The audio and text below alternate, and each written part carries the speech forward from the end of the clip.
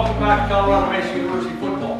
This season is going to be a special year, and it's going to be special because of all that you have invested and what everybody that's walked this path before you has already put in. I got your rep! I got your rep! I got your rep! First things first, I'ma say all the words inside my head. I'm fired up and tired of the way that things have been. Oh, ooh, the way that things have been. Oh, ooh. Easton Salem takes it to his left. He's got the first down and then some. 10-5 touchdown. David Tan sidesteps a man, sidesteps another man. He's the 15, the 10, the 5. Touchdown, David Tan. He does it again. No, let's go! Gets some pressure. He's going to be hit in the backfield and sacked back at the 14-yard line. The guy, if you need a clutch sack, who are you going to call? Blake Nelson, number 42. There comes Ryan Sheehan. A potential game-winning field goal. Kick is on the way. And it is up, and it is good! It's good for Ryan Sheehan!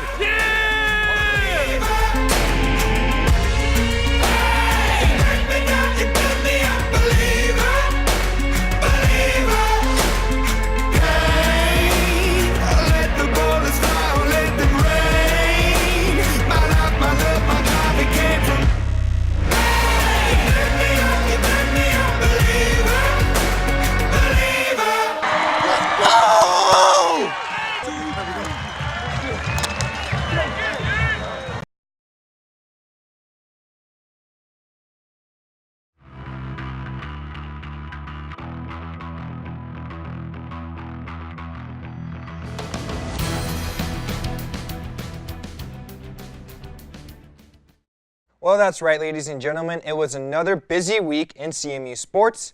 As always, I am Joe Azar, and to my left is the Bugs Bunny to my Daffy Duck, Bryce Reedy. And just like Bugs Bunny is the #1, so is Colorado Mesa football, and they proved that once again this weekend. It was plain and simple for the Mavericks. Win, and they clinch a share of the RMAC Championship. And going up against South Dakota Mines, that was not going to be an easy task, but the Mavericks made it look pretty easy on Saturday. To put it nicely, the Mavericks dominated from start to finish. The team set themselves apart from the Hard Rockers early, going up 31-0 in the first half. This included a punt return for a touchdown, as well as a fumble recovery for another.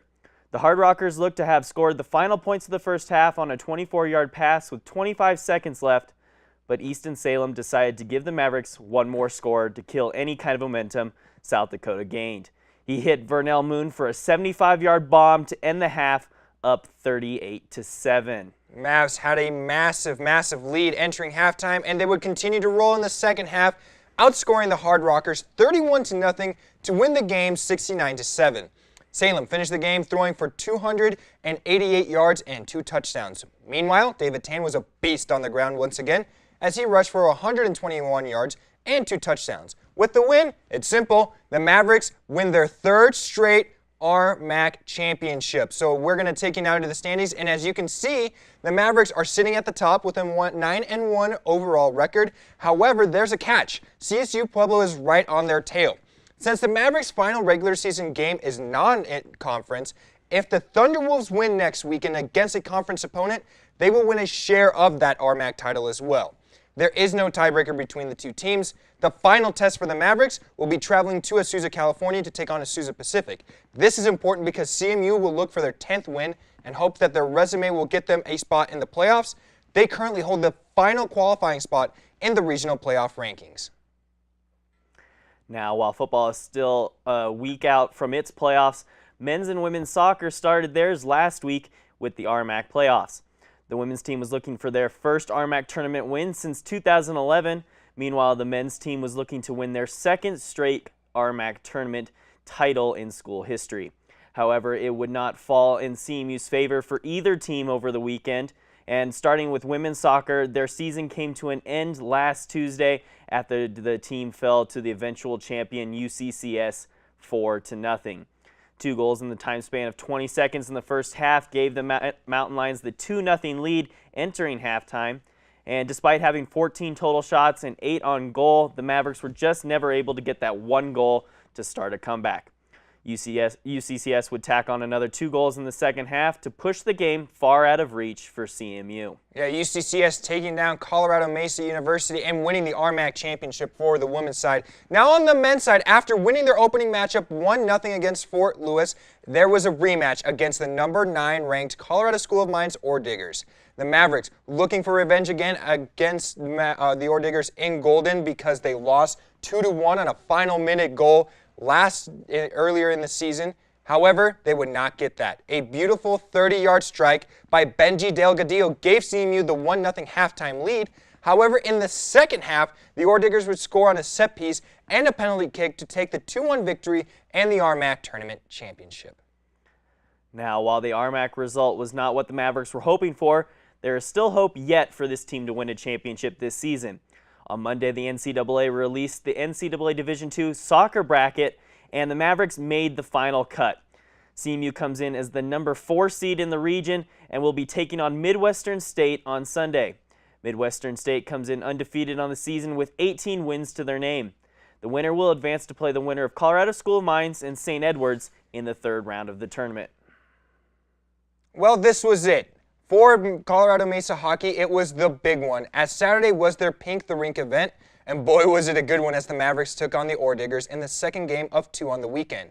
And we know you've been missing them on the show. We got both games of highlights for you, so let's take you down to Glacier Ice Arena for one of the biggest sporting events of the year in all of the Grand Valley, not just Colorado Mesa. We're going to start with the game on Friday, however, as the Mavericks took on the Ore Digger. Doubleheader action, as you can see here. The Mavericks trying to get some momentum early. They split the series against Montana State last weekend, but it would be Mines who gets on the board early after a mistake by Amanda Nold and a nice snapshot there. They were able to take the lead, Bryce. Yeah, but that wasn't going to be it for long. Mavericks looking on the attack. There was a nice pass across the middle and the slap shot in past the goalie to tie the game back up at 1-1. Yeah, the one-timer there, but now Ore Diggers on the break. They have the numbers advantage and a nice snapshot. He decides to take it himself. He scores 2-1 now the Ore Diggers lead, but the Mavericks trying to make something happen on their own end. Yeah, they're going to get a breakaway here. It's a 2-on-1 opportunity, and he's going to pass it off, and he's going to do a nice move to beat the goalie on the left side and sneak it in. That's once again tied up the game at 2 apiece. Yeah, now, both games over the weekend, very close for the Mavericks and the Ore Diggers. Ore Diggers now lose possession. Here's a nice break. Peachy opportunity and snapshots it past the goalkeeper. That's the first lead that the Mavericks took. 3-2 the lead after a big break and a big mistake by the Ore Diggers, Bryce. Yeah, but that wasn't it for the Mavericks here tonight. Here we're going to get another attempt for this one, another breakaway attempt, as it looks like it is going to be, actually it is a open net goal for the Mavericks to end it with a 4-2 victory. Big win there with the open goal victory. The Mavericks get some momentum back after splitting the weekend series last weekend, and now we take you to the big game of the weekend. This, one of the best games you will ever see in your entire life, as the Mavericks honored breast cancer survivors with the Pink at the Rink event. And for Chase Engdahl, the captain, this was a very special moment. Last year, they did a ceremonial puck drop that included his manager.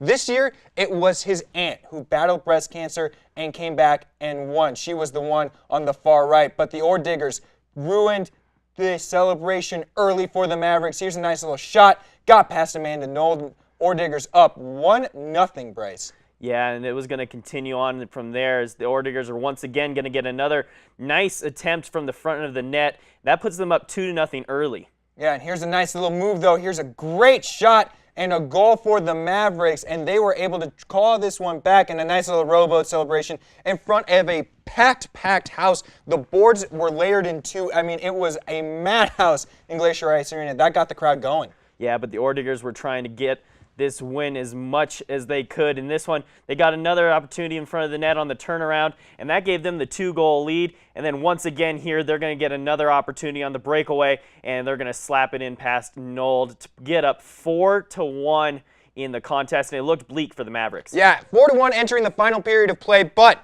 the Mavericks weren't going to die on their big day. That one fooled our cameraman, and they scored there a big goal. They're still down 42, Bryce. Here comes another attempt. Here's Marcus Eliasson, a slap shot there from the native of Sweden, and he gets the crowd going, and he has a little bit of hope for the Mavericks. Now it's 4-3, Bryce. Yeah, and that was a good attempt on the power play. But once again here, this one ties the game up just a few minutes later, and all of a sudden the Mavericks, who are down 3 goals, have stormed their way back to tie it up at 4 apiece. This is overtime. Engdahl to Eliasson, a slap shot.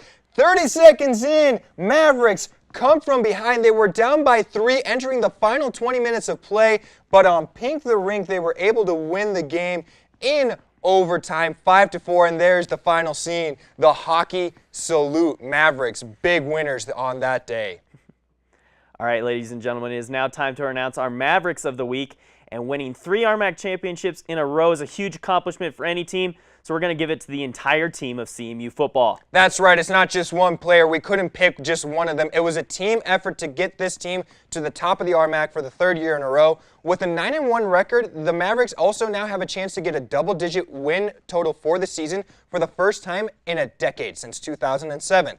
That itself, huge accomplishment. On top of that, maybe a national playoff spot and an RMAC championship. So congratulations to everyone who helped the Mavericks get this huge honor. And that'll do it for us this week. As always, catch us next week for all the latest news and scores from the world of Colorado Mesa sports. With Daffy Duck, I'm Bugs Bunny. Have a great week, Mavs.